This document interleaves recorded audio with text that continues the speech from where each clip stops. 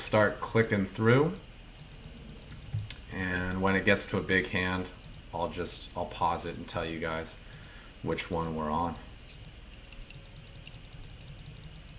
I I will say before we start that Ben and I on that Sunday we were mass multi-tabling, so expect quite a few slip-ups in this game. There's some misclicks and just bad plays at the beginning maybe, but we can explain what we should have done.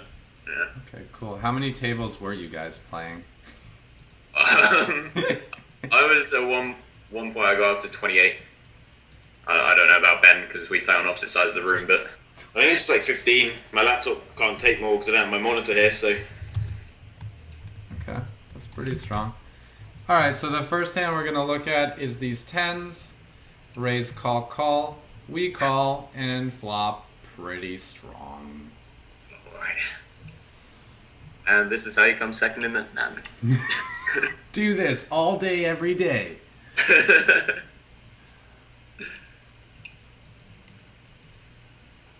So, I don't know where you got up to, but once we flop strong, we're basically obviously always check raising because it's a wet board into what looks like a strong c-betting range, because when he c-bets into 3 people, he's at least got an overpair or very decent draw.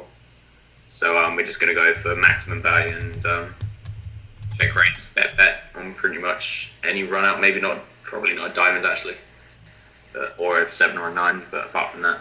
Okay, and you want to talk about the bet sizing just a little bit on the turn? Yeah, I think once we check raise the flop and he just calls, we can expect to be up against a range including, like I said, draws, jacks, 3 aces, and then sometimes 6s and 8s. And I think against a lot of players, they won't be up to fold an overpair too often, but I think there'll be a big disparity between the players that can fold an overpair, in which case I think they'll be folding the turn a lot of the time, or the players that can't fold an overpair, in which case I think they'll be calling any bet size. So I think just going massive on the turn, which Ben does do, is going to be best. And by the time we get to the river, we're then faced by his draws, which I don't think are going to bluff too often if he is a good player, and his value hands, which I think will be willing to call us like an alright size bet. I don't think shoving would be best, just because I think people can make themselves hero fold just like kings there. Yeah. So Ben's sizing on the river half again. I think he prices someone in if they have somehow got to the river with aces. I think they'll just level themselves into calling quite often, which I don't know where you're up to. But, yeah, that's where we're at. I also like that we didn't quite go for everything, because if this guy's only playing one tournament on Sunday, right? If he's only playing the Sunday Million and it's 12 hands in, he's not really going to want to bust right now, if he's like set aside his afternoon to play this event. So leaving him with some chips, even if it's only 3K, is a smart thing to do, especially at this stage where he might want to play for fun. So whatever he does, he doesn't want to get knocked out right away. Yeah, I completely agree. With his particular hand, he probably calls, but you're playing against the whole range, so probably. Cool. Yeah, even with this particular hand, if he is a good player, then I'm pretty sure a lot of players will be able to make a hero fold there if we shove the river. Yeah. All the draws, the diamonds don't get there, but the straight draw gets there. You beat all of those sets.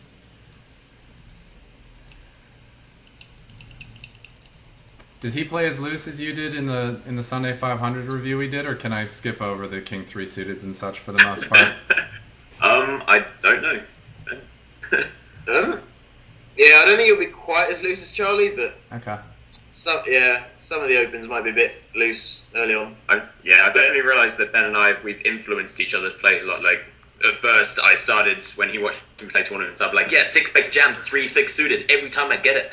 And we'd be like, so I should probably fold kings this time. He might have aces. And we've somehow just met in the middle with a quite nice mesh of not being ludicrous either way. Mm-hmm. I think with 15 tables as well on a laptop, I can't even see them all. It's just, you don't open everything because there's just no point. True. Alright, so I'm on the 9s where we call the flop. Just talk a little bit about betting the turn instead of checking the turn. I think we just like. I wasn't sure about the sizing, but I think if we go small, we still just get some check calls from like ace high, protection against stuff like king 10, and we still get check called by flush draws. Mm-hmm. And just check back the river. Cool. So we're doing the free showdown bet. Yeah. No, I really like the sizing. It means that we're not giving any of his overcards any free equity of hitting their 6 outers. So we are optimizing value. Say if the river comes like a jack or like something low, like we might be forced to call a small bet on the river, and by doing it ourselves, we can make it definitely very small. Mm-hmm. Cool. Now, if the river wasn't an ace, would you have still intended to check back, given his early position raise? Yeah, 100%. Okay. I don't think people are going to be making themselves make a hero call with ace high too often in that spot if it's just like a deuce or something. Yeah. Okay. 3-bet ace 9 of hearts. Is he? It hurts. You're right. See, he's not in it. Okay. Yeah, the next hand was a multi-tabling mistake. Okay. The queen 9? Yeah. Is that why you didn't see bet? Yeah. Okay, I really thought you just thought queen high might be good, and then you changed your mind on the turn. We were trapping with the queen high there. Yeah, no, that wasn't like some sicko check call. Okay. That was just realizing I hadn't c-bet and then just giving up. Fair enough. All right. That's visible. So we call a 3-bet with the ace jack. Flop pretty good. Yeah, this hand was quite interesting. I think the guy seemed kind of fishy because of his sizing, and he was one tabling. But where are you in the hand? The flop. Okay. So we just call. When I does think it we're get good interesting? a lot on the flop when he goes that sizing. Like, he can still have overpairs, but I think fish tend to go bigger with... Like, people who are one tabling, I think in the million when he's already got a bit short, if he's got kings or aces, he's going to try and get more money in. Mm-hmm. Yeah, there's not really any value to raising, so we cool. Okay. Wait, so on the river the hand gets interesting. Yeah, just because of his sizing, like the board looks so safe for all his overpairs that I don't think he goes that sizing. Yeah, I feel like you got to get some kind of raise in here, but at the same time, like something that he could call with like a pair of 9s or 10s. My guess is like 1200. What are you thinking? I mean, you know what you did. I don't know what you did yet, but. I think my instant reaction would actually be to do something just like a min raise, just like a min plus raise. Okay. Because if he does have something like 9s or 10s there, I think he can definitely convince himself into folding. Mm-hmm. You can just tell from his bet sizing that he's going to be quite a cautious player, generally, if he does have a value hand especially. Because like if someone just going bet pot, then yeah, he might be the kind of person that's more likely to just snap call a raise on the river and have got a pair.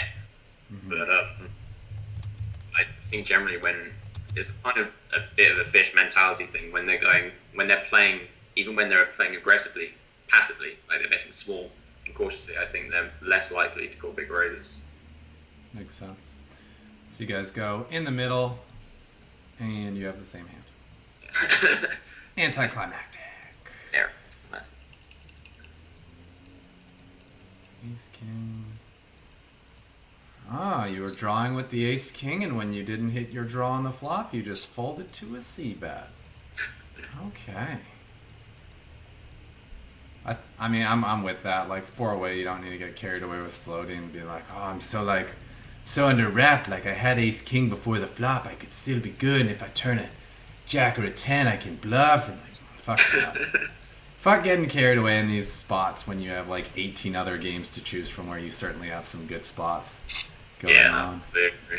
All right, so the same guy min 3-bets you here. What's your initial feeling when there's the min 3-bet and the call? This guy, yeah. I would let Ben speak first. Yeah. At the time, I can't remember what my HUD was saying, but I think they were both playing one table, But I'm not really scared about Armageddon, slow playing aces or kings or anything. And Acorn Nuts he'd already 3-bet the ace jack. And again, I just think with what we saw with his ace jack, that I just think his nut hands would just go bigger. Mm-hmm. So, I'm happy to. I don't want to just flat and take it multi-way really, and I'm happy to just 4-bet and get it in against either of them, or just 4-bet and play a hand heads up. Yeah. I don't know what Charlie thinks. I don't know. I think I might be tempted to flat. It's tempting, right? With the suited ace king? Yeah, we have such a big post-flop edge against the two players. Thing is, like Ben said, I think we do have the best hand a lot. Yeah.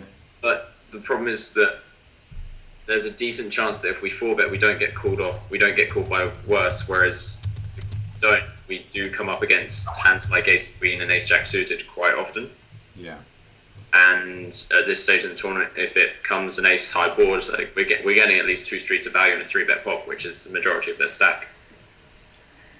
Yeah, I think if this guy who was 3-betting us, I mean, we did see him 3-bet earlier with the ace jack. If he's very loose and we think he's stationary at the same time, I could see wanting to bloat the pot up and just getting like heads up with him, but definitely find a draw. Like I think both plays are totally cool. Yeah, I wouldn't say that one's a lot better than the other at all. And we take it down pre. So your read was wrong, Ben. No, his read was right. He thought that he was gonna not have nut hands. Yeah. Okay, his read was right, but we don't know if we got max. Yeah. Well, at the end of the tournament we got the max, so clearly every decision he made must have been perfect. Yeah, that not c-betting the queen 9 turned out really well, actually. I shouldn't laugh too much. Would have changed everything. Yeah, exactly. Alright, so we peel that. Oh, would you be able to shut down Facebook just for the duration of the review? Yeah, God, yeah. Yeah, it's off. Just so we don't hear the beep. Alright, so we peel with a great drawing hand here, ace jack of hearts. And the hand gets it a little bit interesting on the turn, I guess. Yeah, I think this was a mistake.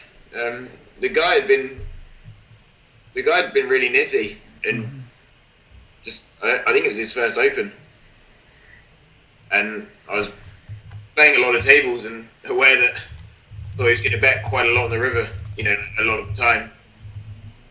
Mm-hmm. You sure Charlie won't approve? But I think it's a good fold. I think that he's only ever going to be betting a value hand that's better than ours, especially if he is a nitty player, or he's going to be betting something like the queen of spades. Yeah, king queen with the queen of spades, maybe ace 10 with the 10 of spades. I don't even know if he has that pre-flop. Yeah, so that's what he doesn't have like queen 10 off with the queen of spades pre. No, yeah, maybe queens or jacks with the spade, but even the hands that we're beating, he still has a very solid draw with that. Yeah, and I think a lot of the hands that we just mentioned probably check the flop instead of c-betting, just like a lot of the time anyway. So yeah, he'd been quite tight and passive. So I think if he raises and has queens, he'll just have that annoyed thing of I was next to a king and just check and give up. Yeah. Yeah, no, I think it's good. But we have to peel the flop, obviously, because he might be the kind of person just c-bet with just like deuces or something. We don't have to peel the flop. We get to peel the flop. Fuck, top pair, backdoor flush draw, 2 pair draw. Strong. Yeah, fair. Alright. I like this. We actually will get to go through hands faster because Ben doesn't play every single hand. And it's nice to see that both styles work. Okay, it's a little bit interesting with the ace 3. Can you talk about why you opted to not c-bet on this texture, but then took a stab on the turn when your hand can't be that strong? Hand 50, ace 3 of hearts. I think, Armageddon, neither of them playing, too many hands, and Acorn have been pretty passive, so I don't think Acorn's gonna just be bluffing too much. So if we do have them both beat, I thought we could delay c-bet. Mm-hmm. Not really sure about it. I think I like the idea of delayed c-betting, but I have a couple of things I dislike about the hand. Is that either we have to, I think, bet small on the turn, setting ourselves up for a river bluff, because if we look at the range of hands that they're going to be calling with on the turn, it's going to be a lot of weaker hands like pairs, say threes, fives, sixes, sevens, eights, tens, and hands like 9-8 and clubs as well sometimes. And I think the majority of those hands are going to be folding to two barrels, or they're going to be folding to, I think my preferred play would be to overbet the turn. Because even though we're not repping much, we're against two players that we've already seen to prove themselves as weaker players, most likely. So I don't think they're going to be thinking, oh, he's not repping much by overbetting the turn. I think they're going to be thinking, oh, he's made a big bet and my hand is not strong, I fold. A lot of the time. Yeah, that's some good outside the box thinking there. Overbetting the turn. Instead, we play it like a bitch and lose to sevens. We do play it like a bitch. Charlie's move would have worked, but then we might not have won the tournament. Exactly. Oh, what do we do with these nines when we get 3-bet by Armageddon? I'm always curious what to do with the medium pairs. People email me being like, what do I do with the small pairs when I get through? I'm like, well, those you fucking fold. Yeah, but the medium upper pairs against the tight 3-betting range, out of position, how do you address them? Yeah, I think these are okay to, definitely okay to peel pre. We've got like 20 to 1, on his stack, and I think if we, he hadn't 3-bet yet, and I think if we do hit a set, we're gonna get his stack a lot because he's only got like 3 barrels. So if we do manage to get 3 streets, then we do get it all. Yeah. And then just a certain amount of time, he's gonna have ace king and ace queen and stuff, and I think from what we've seen, we probably do have a post-flop edge against him. So. Yeah. Ben and I have quite recently been talking about a lot of, I wouldn't say out of the box, but just different ways to play in 3-bet pots as well, especially out of position. So we've talked about things like leading sets on the flop when we flop massive, and leading draws, and I think we briefly looked over this earlier, and he plays one of the lines that we talked about quite in depth for, especially against weaker players and on certain board textures, and we'll go through it once. Have you caught up to the flop? I'm on the flop now. Alright, cool. So Ben leads at this flop, very small. Okay. And I think generally against a lot of players, we can get a very good idea about, because their 3-betting range is going to consist of big pairs and ace king just all the time. Yeah. A lot of the tighter players. So by making some kind of, I hesitate to say information bet because that's kind of an outdated thought process, but we're bringing it back. Yeah, we're bringing it fucking back. It's fine. And when we bet small and he raises small, it just doesn't scream of somebody that has an overpair too much. And I think a lot of the time people are either going to have it in their minds that we have a weaker hand and we'll raise a lot bigger, or they'll be more cautious and say we might have a 10-bet leading, because people get so confused when you lead in 3-bet pots. Yeah. It's something that people don't come across very, very usually, so we can play very exploitatively in ways that they wouldn't have seen before, and they adjust really badly to it from what we've seen. And it's definitely something, if the thing is, to get good at it, to see loads of spots, you have to do trial and error, and it does go wrong a lot the first few times we found out, but we did it in cash a lot, and it seemed to go quite well.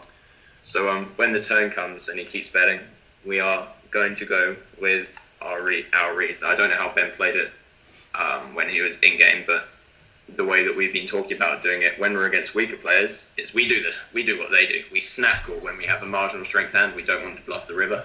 Yeah. Against the weaker players, it tends to work quite well. So I don't know, Ben, did he? Yeah. We snap called the turn. I think firstly is like you were saying earlier, if people are one tabling and just playing a million as well. Yeah.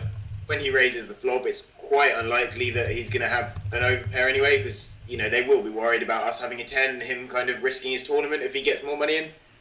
Right. And And then I think, yeah, when we call the flop, it just becomes even more likely in his head that we'll have a 10. And so when he bets the turn, I just think he's bluffing just like so much. But we can't be completely sure, and we don't really want him to bluff the river. So if we just snap call the turn, it just looks like we're not going to fold too often. Yeah. And because he's going to be thinking exactly what. Wait, no. If he. Never mind. He's not going to be thinking on that level. I was going to say that he's going to be thinking that what you do means what it would do when he does it, but that's too advanced of a thought for a fish. He's just going to be like, he called fast. He must have it. Yeah. I call fast when I'm secure about my hand. Yeah. Okay, nice. So nice read, nice call down. Nice. I think if we integrate plays like that into our post-flop play, we can definitely justify being able to call pre-flop with those kind of hands a lot more. So that's why you guys keep talking about this whole post-flop edge thing, because you have so many in-depth conversations that you just have post-flop edge on everyone now. Yeah, there have been times where we're just being just like 4 a.m. in the morning, just like, hey man, have you thought about doing this? And we're like, wow, yeah, that might be like 90% of the time it turns out to be awful. Yeah. sometimes we hit okay with it. Yeah. Okay. This one is reasonably basic, but some people are going to get confused by it in comparison to the other plays that we've seen. Why do we fold the ace jack against Dickey on hand 58? This was the guy earlier that we folded the ace jack to. Like, I still wasn't sure, but he hadn't been opening much, and he just suddenly opened 3x. Yeah. We just don't think he's ever going to have king jack or ace 10 when he does this, so what's the point of us getting involved when... Yeah, I think he does sometimes, but, our hand's not great, and I just think a lot of the time he is going to have a strong hand. Yeah. Cool. I'm with it. Ace king. You don't like c-betting, eh? You're just I think I should. Yeah, I think this is. Yeah. This happens quite regularly when I multi-table this much. I kind of under c-bet because. Yeah, it's only one click to check, but 2 clicks to c-bet. So until you guys get table ninja, you're definitely gonna always be too light on your c-bets. Yeah. I mean, sometimes fucking 3 clicks to c-bet. That's a lot of clicks. That's a lot of clicks. Look at how much chips you saved. How does that guy not bet? Who are these people who play the fucking Sunday Million? Yeah. Yeah, I mean, as a general rule, I'm pretty sure that's a c-bet on that flop. When he defends from the big blind, those positions, he just misses the flop so often. It's like 9-10 and Jack 10, Queen Jack, stuff like that. Yeah, I used to get cautious when the board came low. I'm like, oh, like there's a lot of hands that could hit that board. And then my buddy Ankush showed me a defending range, and he's like, how many small cards are in that range? And I'm like, huh. So unless he has a pocket pair, yeah, he missed. I'm like, yeah, oh. Exactly. And in this case, the guy did flop top pair, so, Ben's a soul reader. Yeah, top pair and got nothing. But yeah, the thing is, guys, low boards usually don't hit the defending range unless your opponent's defending, extremely wide. But even then, he does have some hands that are low cards, but now he has even more high card hands that didn't hit. So, unless for some reason they have a strategy of only defending, that bottom right quadrant of their poker stove, then, they're usually going to be missing the low boards. Sorry, I'm just laughing a bit because I just saw the next hand as well. What, the ace 3? This will get better as we go on. It's just while there are so many tables, so before I bust the other ones. Did you think you raised pre with this ace 3? Is this why you led the flop? I thought I raised pre and it got called by a weaker player, so I just bet really small on the flop, trying to get peels from. Okay. And then on the turn suddenly realised that I hadn't. Yeah, I've done that many times before. Yeah, and then just kind of tried to make the best of it by going small again on the river once he checks back. Yeah. Do you guys... I'm curious about this one. Do you guys ever consider defending hands like 7-9 suited when you're getting this kind of action? Because I'm pretty confident that in the big blind you would have called. If you had been playing fewer tables, do you ever defend the small blind here, or is it still kind of too weak of a hand? I think it was a defend. Okay. Especially when you see that flop, right? Yeah. That's when it's dude. I just think I think it was, but it is that thing of just playing so many tables that, No, I think it's definitely a defend. I don't think there's any justification Ben could give apart from the fact that he came second in this tournament that says he shouldn't be able to defend that. Yeah, but like a hand like 5-3 suited, you wouldn't defend, right? Those would be too low. Yeah. King cards. Okay. I'm not going to give out bad advice over Twitch, but there are certain situations if people are quite deep where 5-3 suited because can flop massive and really disguised. But most people who are watching on Twitch are not going to be in those super deep stack situations, so we don't need to talk about that. We're playing 40 to 20 big blind poker mostly. MTTs, baby. Alright, cool. Oh, I thought I could skip it, but even pre-ante, gotta raise that 10-4 suited on the button. Yeah, when there's weaker players on blinds, I think it's got to be done. Who's the weak player? The dude who just got value owned for a full pop bet with second pay. Maybe. that was good sizing by that guy. Although, what do you think? Should he have just bet the turn? Yeah, he should have bet the turn. Yeah, I think from his perspective, he should definitely be betting the turn. From Ben's perspective, I think Ben should be betting the turn as well. Just like small, maybe getting pills, because a lot of the time when people peel out the small blind, they're either going to have suited weights or pocket pairs. Mm-hmm. I think we just went like on the turn or something. We still get pills from 7s through 9s. I think once he checks twice, it's going to have those hands a lot. Yeah. As it is when on the river, the pot size bet. It was just genius. Yeah, no, he's he's a few levels ahead of us, obviously, but It was very Picasso-esque, that river bet there. Yeah, and then obviously as soon as he does that, we kind of made a note that when he had like the ace jack, that's just kind of a top pair hand. He's kind of got cautious and went really small, but as soon as he had a hand that was just so obviously the best, he bet pot. Yeah, very, very good note. Good. And was it one of those things where like you saw the river bet and you're like, you know what? I'm probably gonna lose this pot, but I'm still gonna call because you never know. I usually find those big bets like they just tend to have it when they go for like full pot. I think a lot of the time that kind of player, that caliber of player, tends to have it a lot with the massive bets. It's one of those spots where it's like you can't really have anything. So or the board says cool, but it just feels wrong. Yeah. And they turn out with something. It's like, how the hell did you play it like that? But you seem to have got a lot of value, so fair enough. Yeah. And you call and then you're like, man, I'm an idiot. But then you're like, is he bluffing 1 out of 3? Yeah. Maybe. And then like even if he's not, you just tell yourself, yeah, he's bluffing at least like 33% of the time. All right, I'm jumping ahead to the 5-4 suited, where we're facing a cutoff range from nuts and pants, which is a good place to have the nuts for sure. And you guys are popping them up with the natural 9. Yeah, I think I had hands on him from previous tournaments, and his cutoff open was really wide, and his fold to bet was really high, so Okay. I was happy with it. Yeah. I think just went quite big. Don't want him to peel too often. Yeah, I really like it. I think there's a lot of stuff to be said about a lot of tournament players. They like to be balanced in the way that they will size their 3 bets the same size whether they have a big hand or a small hand, which is good if you're playing on the same table with the same people for a long time. But if you're playing a table where you haven't 3 bets on yet, they're not going to have a random note about your 3 bet sizing. So you're basically starting from a clean slate. You can choose whatever sizing you want. Like, they're not going to know whether you min 3 bet or 4x 3 bet. So you might as well do whatever's best for that specific situation.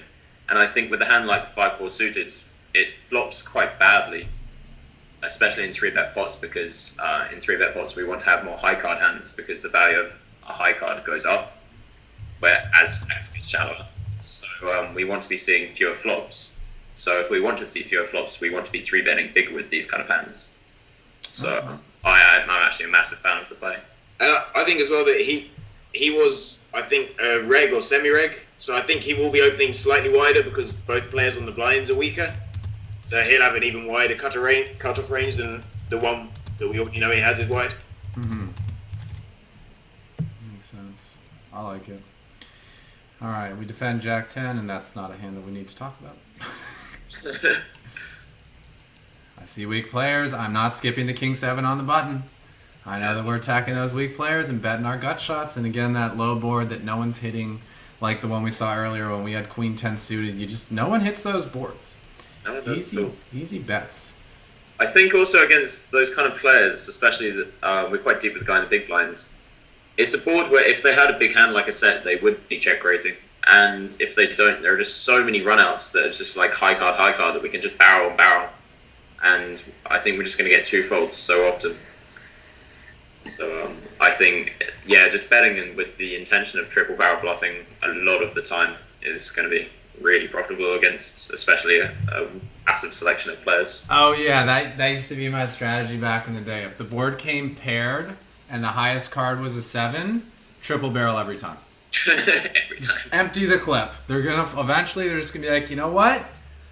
I think he's actually got it. Okay, I'm gonna let it go. And the longer it takes them to realize that, the more money they give you in exchange of the hand.